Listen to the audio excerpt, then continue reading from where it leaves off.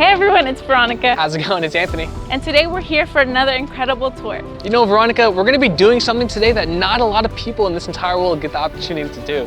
We're going to be boarding this boat with Jacobsen Pilot Service and actually watch one of the pilots board a ship. And we're actually so lucky to have them because they have some of the most knowledgeable pilots around, and they've been doing this since 1924. 1924, you know, the port opened up in 1911, so that's actually not too far from when the port opened up.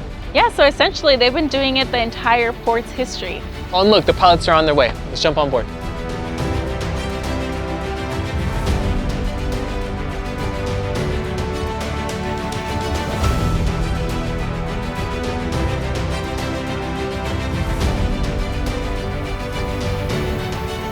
So we have here Captain Joe Fry. Captain, do you mind telling us a little bit about the ship you're about to board? Yeah, so we're going to be going out to a tanker that's carrying crude oil, probably about 750 feet long, about 35 feet of draft, and they'll be coming into the harbor and discharge the oil to a berth. Now, how long do these ships stay at the port? So this ship is probably be here 24 hours, 48 hours, but some are here for a week, some 6 days, some as short as a few hours.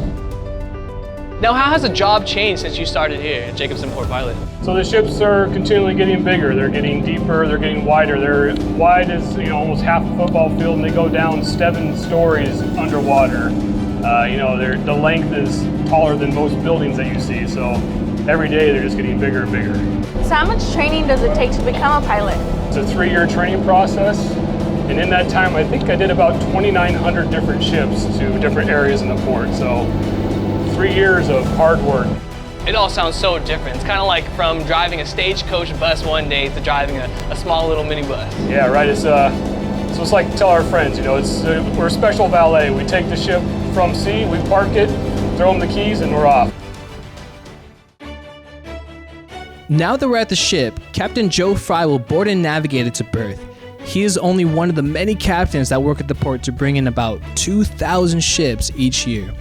Getting all our cargo safely to our shore is a big job, but so is all the loading and unloading of all the cargo that has to get to our stores. Wow, that was so incredible to watch. That was so insane. I'm still mind blown. Me too. But we're actually going to be going back to land and we're going to check out one of the terminals. Let's go.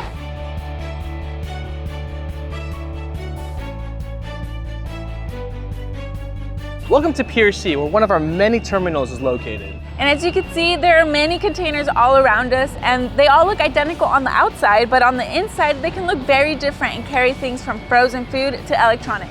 That's right. So what are the many things that we import here at the port?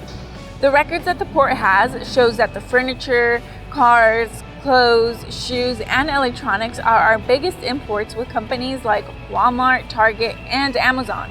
They bring in products made in Asia and they distribute them here all over the country. Well, I know that we also export cargo from here to Asia as well. What are some of the big exports? Well, that changes depending on the demand, but it's definitely things like soybeans, animal feed, vehicle parts, machinery, and even paper waste. Those are some of the things that are always on top of the export list.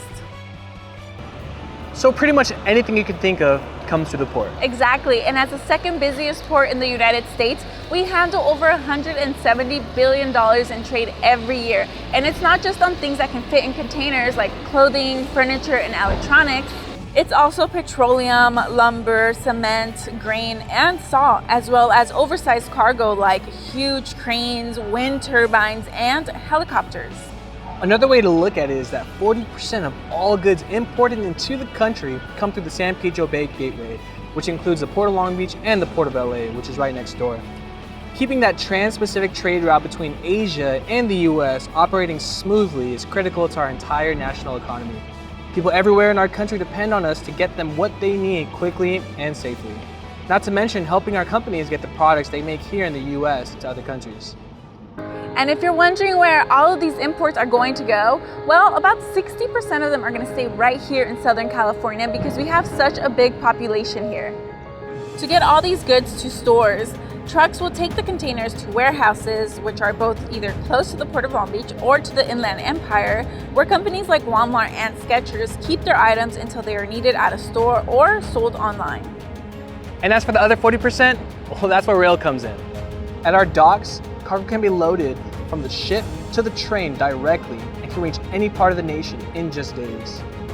Yeah, it's so weird to think that I grew up here in Southern California knowing that the port was here, but I had no idea how important it is to the entire country. That's right. And you know, we've been talking about trade a lot, but what we want people to know is that trade always translates to jobs. Whether it's my job or your job, we're just two employees that work for the Port of Long Beach.